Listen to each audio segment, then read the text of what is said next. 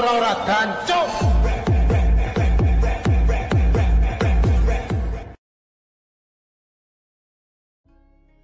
너 내가 여기로 올지 어떻게 알고 온 거야? 업체에서 소개해주면 실감났지. 알바? 응. 잠시만. Setelah pertemuannya dengan Jo Heon, di sini Gangok yang mengetahuinya, langsung menghubungi Jiong dan menanyakan tentang keadaan yang terjadi. Jiong mengatakan bahwa Jo Heon telah mengetahui jati dirinya sebagai vigilante. 네가 알 거 없어. 지용아, 날 알고 있던데? 나 말고 널 알고 있는 사람 또 있다는 거야? Di sini Gangok memberitahukan bahwa Jo Heon merupakan seorang monster yang harus segera dilumpuhkan. 권력자의 앞잡이 우리 공공의 적이라고. Menyadari bahwa Jo Heon dapat menjadi sebuah penghambat untuk dirinya, Jiong meminta kepada Gangok untuk menyadap telepon dari Jo Heon. Yang mana seperti yang Gangok lakukan kepada Jion. 처럼 좋은 복제 폰을 만들어 와. 복제하고 다시 연락해. 오늘 만나자는 건 취소야. Di pagi harinya, kita diperlihatkan dengan Bu Choi dan sahabatnya yang sedang menuju ke tempat dari kejahatan perusahaan Sewol beroperasi. Di sebuah ruangan di antara tumpukan kargo. Mereka menemukan ratusan komputer dari perusahaan Sewol.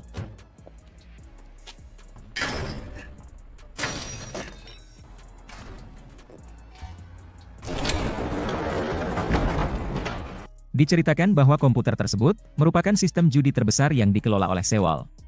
Ketika Bu Choi sedang merekam lalu lintas data yang sedang beroperasi, tiba-tiba datang seorang anak buah dari Sewol yang menjaga tempat tersebut.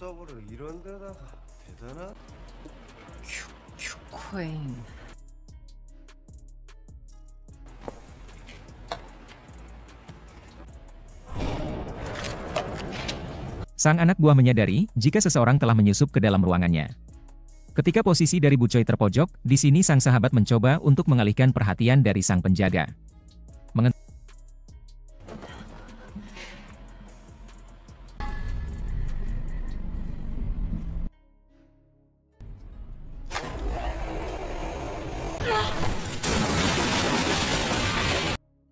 Mengetahui jika sang sahabat tidak berdaya, di sini Bu Choi secepat mungkin melarikan diri dari tempat tersebut.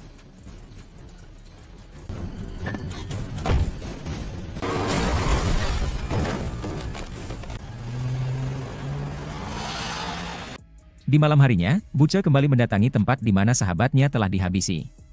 Namun ketika itu keadaan di dalam ruangan benar-benar mengagetkan. Yang mana, ratusan komputer dan mayat dari sahabatnya telah dihilangkan oleh sang penjaga. 뭐야?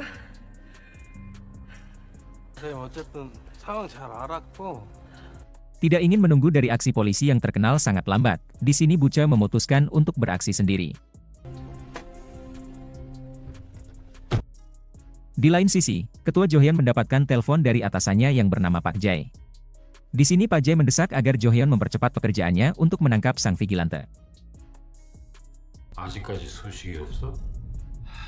비계 그때까지 정리해.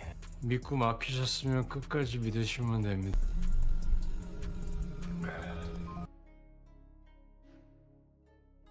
Di pagi harinya ketika Jiong sedang berlatih, dirinya mendapatkan pesan dari Gangok. Diceritakan bahwa Gangok telah berhasil menyadap telepon dari Jo Heon. Gangok memerintahkan agar Jion mengambil duplikat dari ponsel Jo Heon di sebuah loker, di salah satu stasiun kereta di kota tersebut.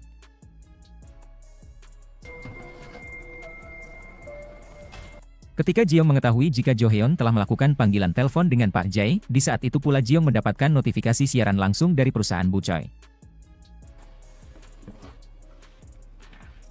Di sini, Bu Choi membeberkan tentang bisnis ilegal yang telah memakan beberapa korban termasuk sahabatnya.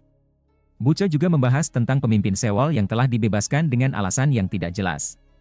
Di sini sang pembawa berita mengatakan juga, jika Pak Jae secara sembunyi-sembunyi telah mendukung Sewol. 취재진을 죽이려고 한 정황이. 야, 저거 사실이야? 사실이만. Dan ternyata memang benar. Pak Jae yang mana merupakan atasan dari Jo Heon, merupakan penjilat sekaligus teman bisnis dari Samdo dalam melakukan aktivitas ilegalnya.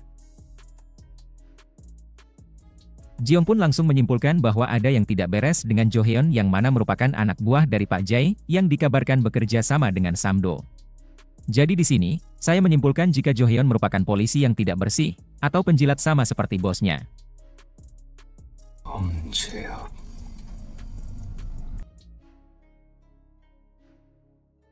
Dan karena siaran tersebut, pemimpin dari perusahaan Bucoy amat marah.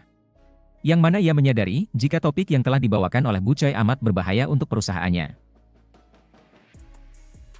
다신 이런 짓 못하게 알아서 처신시키. 결제 없이 보도할 수 있는 권한을 주셔가지고. Namun ketika sang bos mencoba untuk memberitahukan kepada Bucoy, di sini terlihat Bucoy yang melawan. Bucoy mengatakan bahwa dirinya tidak akan berhenti sebelum kasus yang menewaskan sahabatnya terungkap. 떡값이나 받고 술이나 얻어 처먹으면서 선배 죽었다고 취재를 안 합니까? 한번 보시죠. Di lain sisi, kita diperlihatkan dengan penjaga dari Sewol yang telah menghabisi sahabat dari Bucoy. Diceritakan bahwa beberapa mayat yang telah ia bunuh, dikumpulkan dan dikirim ke peternakan babi dari ketua Samdo. Sambil membakar mayat dari sahabat Bucoy, ternyata sang penjaga telah memerintahkan anak buahnya untuk menghabisi Bucoy dan membawa mayatnya.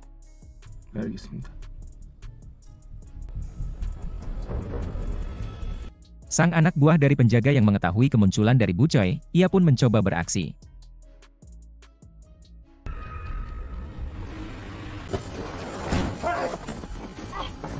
Namun ketika sang anak buah hendak menghabisi Bucoy, Jo Hyun datang dan langsung menggepreknya.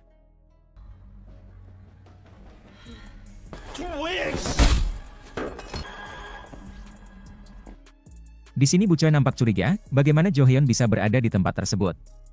Namun dari sisi Jo Hyun, ia mengatakan bahwa dirinya mempunyai maksud lain. Yang mana, Jo Hyun memperingatkan kepada Bucoy untuk menghentikan penyelidikannya terhadap kasus Sewol yang dipimpin oleh Samdo.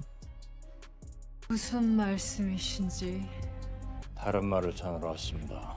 지금 같은 상황을 또 만나기 싫다면 말이 좀 이상하네요. Dari sang anak buah, Jo Hyun meminta nama dari orang yang telah menyuruhnya. Dan dari ponsel sang anak buah tersebut, Jo Hyun mencoba menuju ke tempat terakhir dari sang anak buah berada.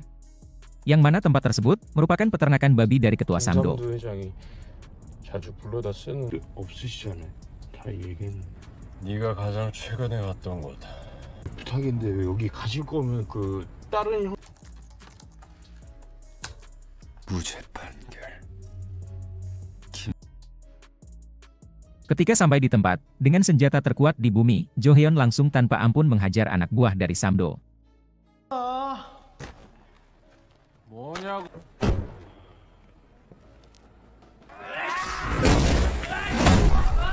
Tidak tahu apa alasan dari Jo Hyun menghajar anak buah Samdo, yang mana merupakan partner dari atasannya.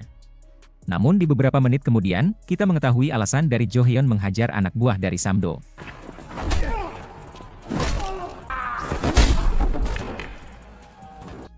Bukan karena Jo Hyun merupakan polisi baik, namun dirinya hendak memfitnah Vigilante bahwa ini semua merupakan ulahnya. Tujuannya, agar masyarakat menganggap bahwa Vigilante jahat dan tidak lagi mengagungkannya. Dan karena berita palsu yang dikemukakan oleh Jo Hyun, sebagian masyarakat mempercayainya. Namun tidak sedikit juga yang masih mempercayai jika Vigilante merupakan sosok yang baik.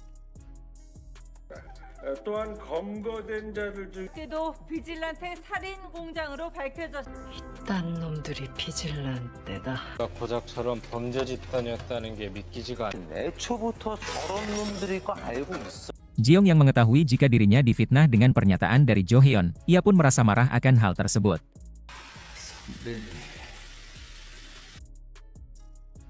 Di malam harinya di sebuah toko buku, kita diperlihatkan dengan sosok Junsik yang mana merupakan anak buah dari Samdo di bagian penjualan narkoba. Diceritakan bahwa tempat tersebut merupakan gudang dari beberapa narkobonya. Tak hanya itu, di tempat tersebut juga terdapat beberapa gadis hasil menculik yang dijadikan sebagai pelampiasan nafsu bejatnya. Ketika Junsik hendak melakukan aksinya terhadap salah satu gadis, tiba-tiba Jeong datang.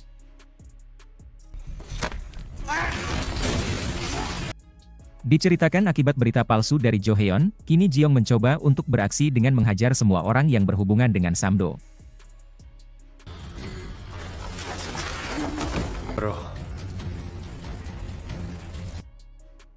Kematian dari Junsik dengan cepat muncul ke berita. 더 얘기할 거 없고. 이게 정말 비질란테라고 생각하세요? 잠깐 밖으로 나와 보셔야 될 것 같은데요. 역 살인 사건이 발생했습니다. Dan karena aksi dari Jeong, Bucha kini merasa senang melihat vigilante yang menunjukkan bahwa berita dari Jo Hyun merupakan fitnah belaka. 진짜 비질란테다. 경찰이 조작을 하니까 모두에게. Di lain sisi ketika Jeong meninggalkan tempat kejadian, ternyata Jo Hyun sudah membuntutinya. Meskipun terlihat Jeong yang mencoba untuk menjauh, namun dirinya tidak ada niat untuk melarikan diri dari Jo Hyun.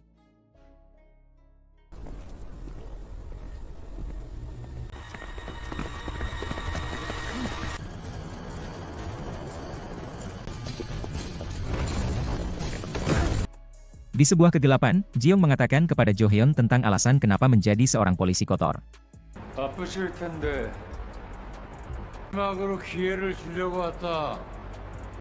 Diceritakan bahwa Jeong telah mengetahui jika Jo Hyun merupakan anak buah dari Pak Jae yang mana telah bekerja sama dalam bisnis Samdo. Namun di sini, Jo Hyun tidak mempedulikan perkataan dari Jeong. Jo Hyun yang menyadari bahwa Jeong mempunyai sebuah bakat yang amat bagus, dirinya meminta agar Jeong menyudahi aksinya dan bersedia menjadi anak buah dari Jo Hyun. 넌 아주 큰 일을 할 수도 있어.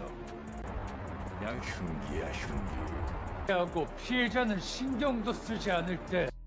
Melihat dari Jeong yang masih bersikukuh untuk menjadi sang vigilante, akhirnya Jo Hyun mencoba menggunakan kekerasan untuk melumpuhkan Jeong.